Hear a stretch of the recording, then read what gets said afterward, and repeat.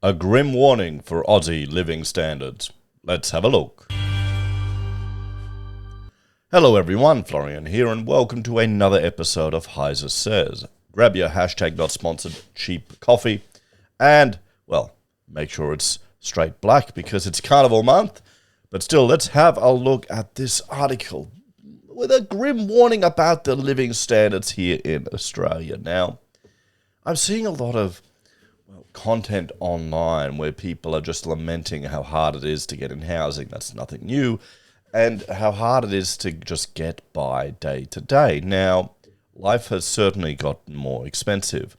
Food, in just the last couple of years, has... we've got shrinkflation and rising costs. And housing, well, let's not even talk about it.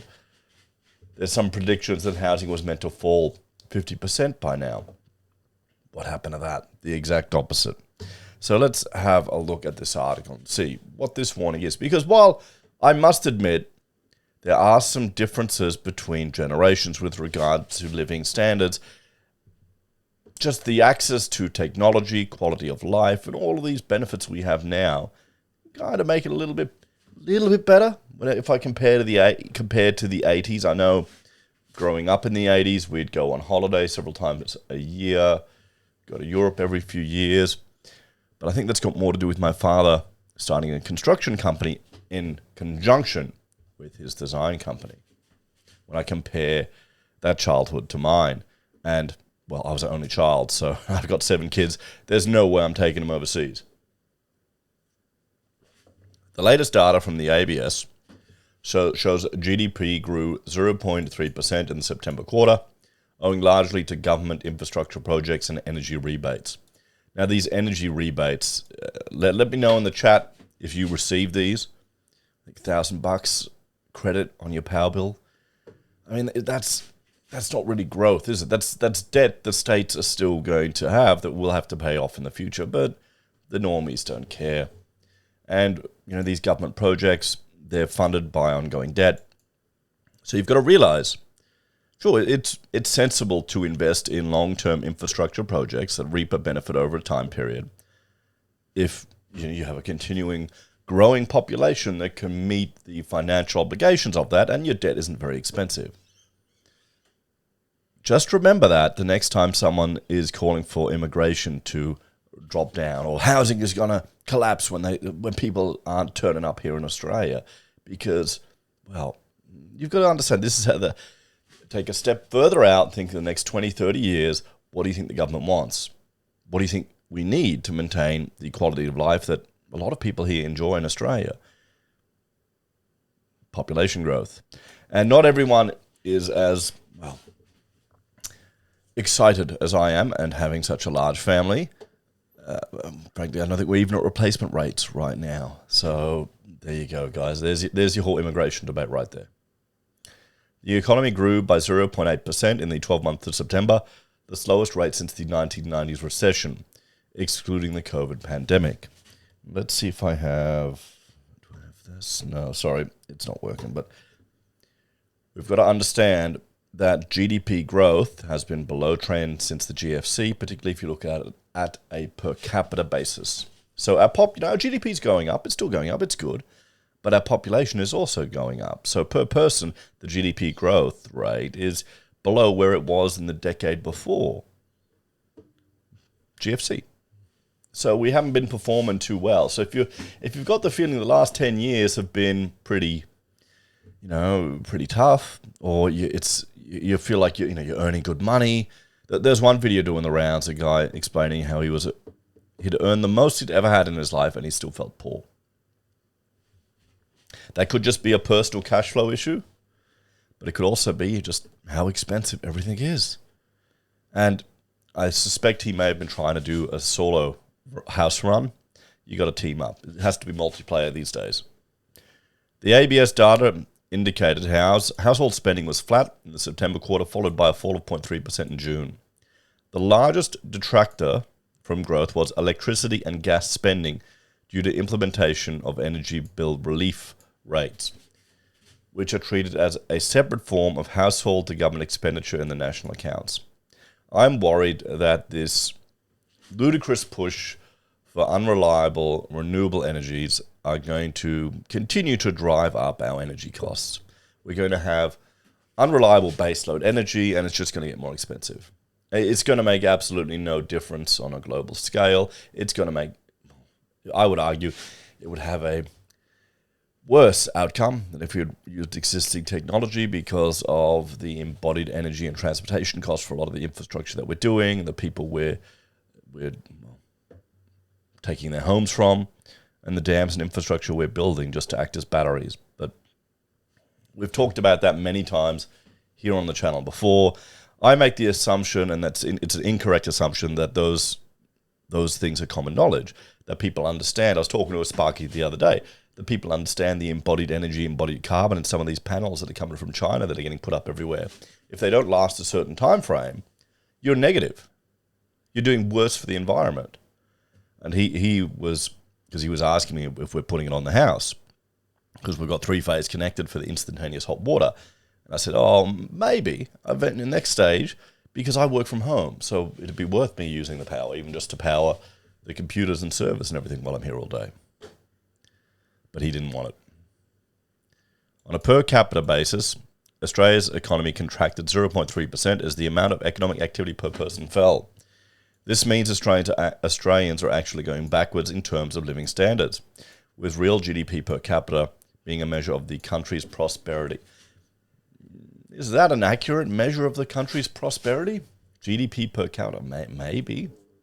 Is it how we want to measure the quality of life in our country? Maybe that's a more a question for the philosophers and the economists. What's the happiness index? Hang on, let's see if I can find it. Australian Happiness Index ranking. Here we go. Oh, there. So, 10th, the list of 143 countries and territories in the United Nations-sponsored World Happiness Report was led by Nordic nations, with Finland ranked number 1. Australia placed 10th ahead of New Zealand, the UK, and the United States. Oh, there you go, 10th. We're not too bad. Let's see who's ahead of us, hey? Do they have the list here? Do they have the list here? Come on, give me the list. Okay, they're just talking up Finland, guys. They're just talking up Finland. 1 second.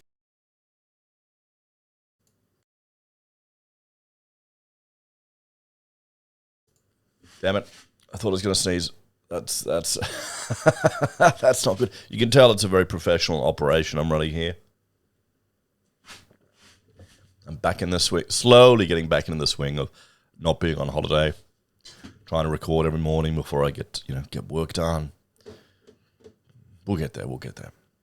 AMP Chief Economist Shane Oliver said, real disposable income had been worse in Australia than across other OECD countries and had fallen significantly since 2020. Of course, this slump is exaggerated because it comes off the back of a surge through the pandemic due to payments like JobKeeper, good old JobKeeper. Remember that, everyone? Do you even remember the pandemic anymore? There are a whole lot of people that it really impacted them and a whole lot of others. Well, my kids don't even remember it, some of them, the younger ones. It didn't make that much impact on their lives, which I think is awesome. But even allowing for that, real disposable income per person has been stagnant for a decade.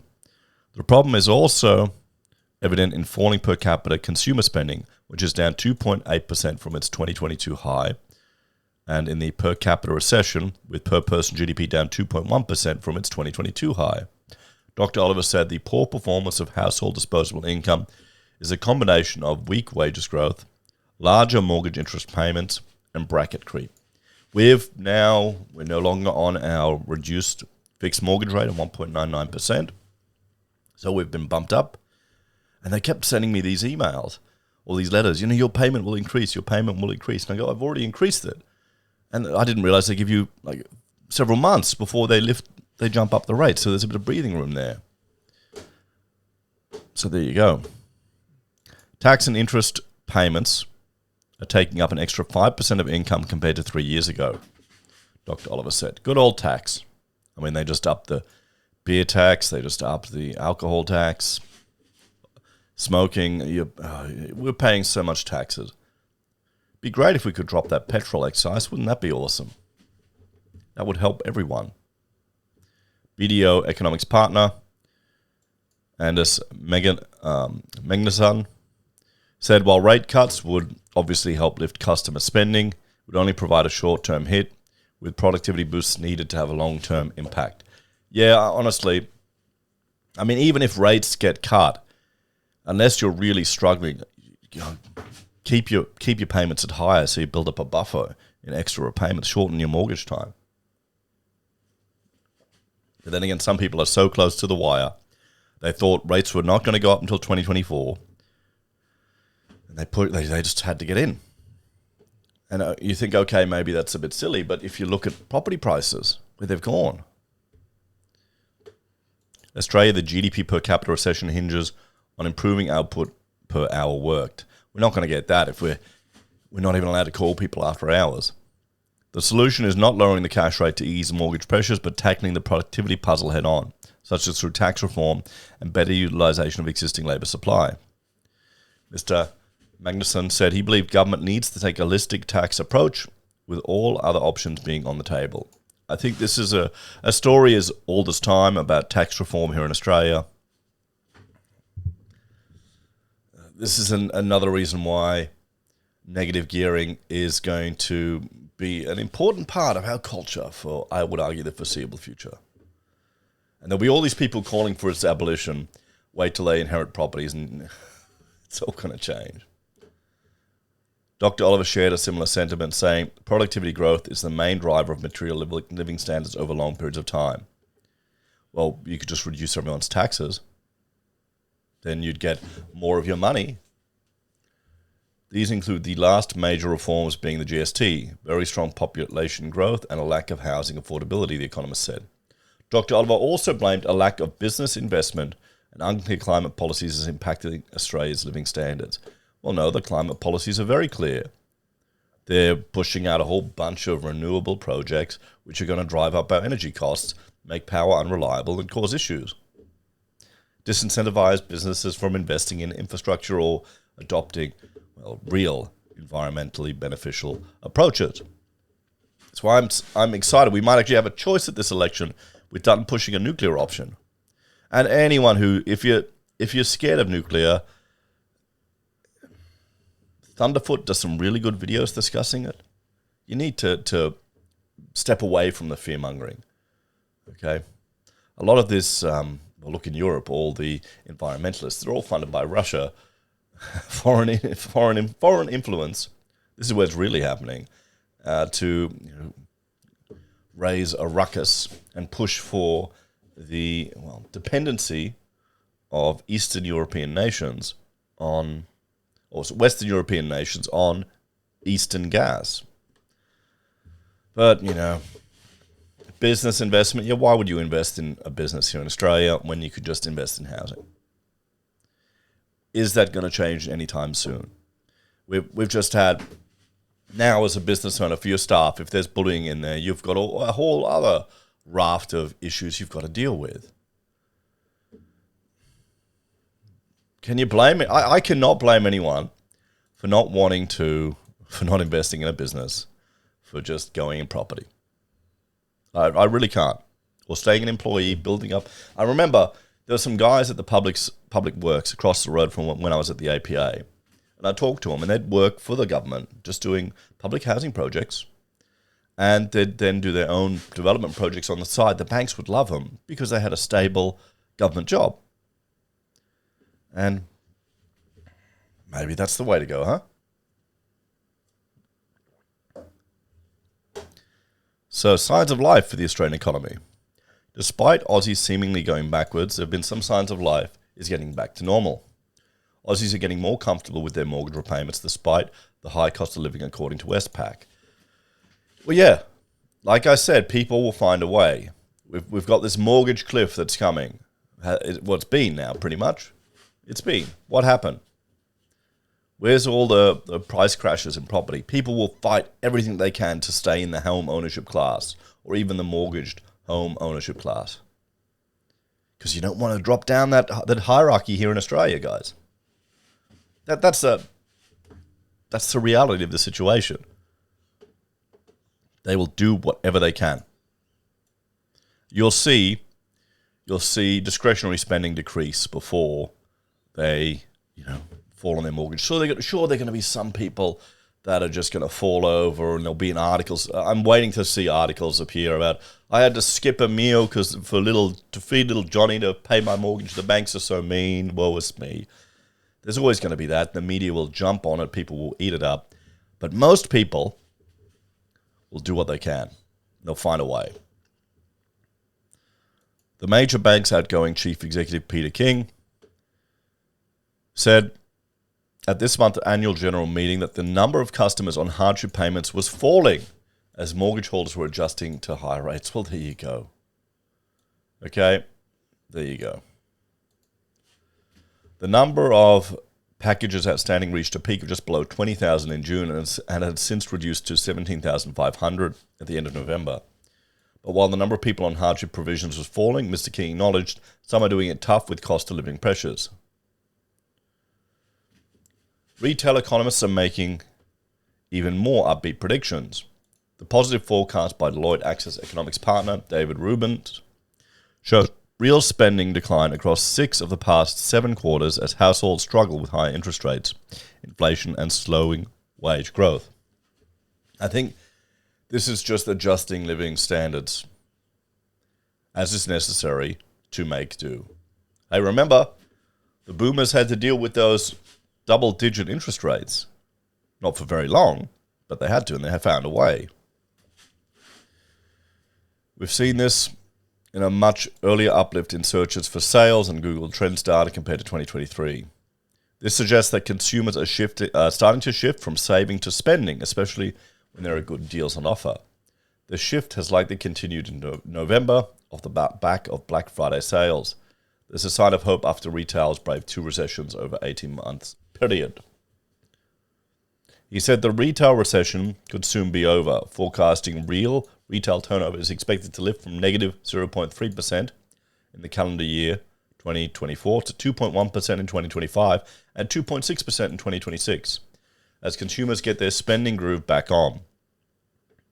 NAB is reporting bumper sales data from Black Friday and Cyber Monday transactions. Did you get a deal shopping, guys? I think for me it was a fitness tracking ring that I got, not on Black Friday or Cyber Monday, but the advertising got me. And NAB said there was an overall 4% increase in spending year on year. The bank's merchant terminal data revealed spending that weekend was 23% higher than a regular weekend, with retailers and hospitality businesses reporting more sales.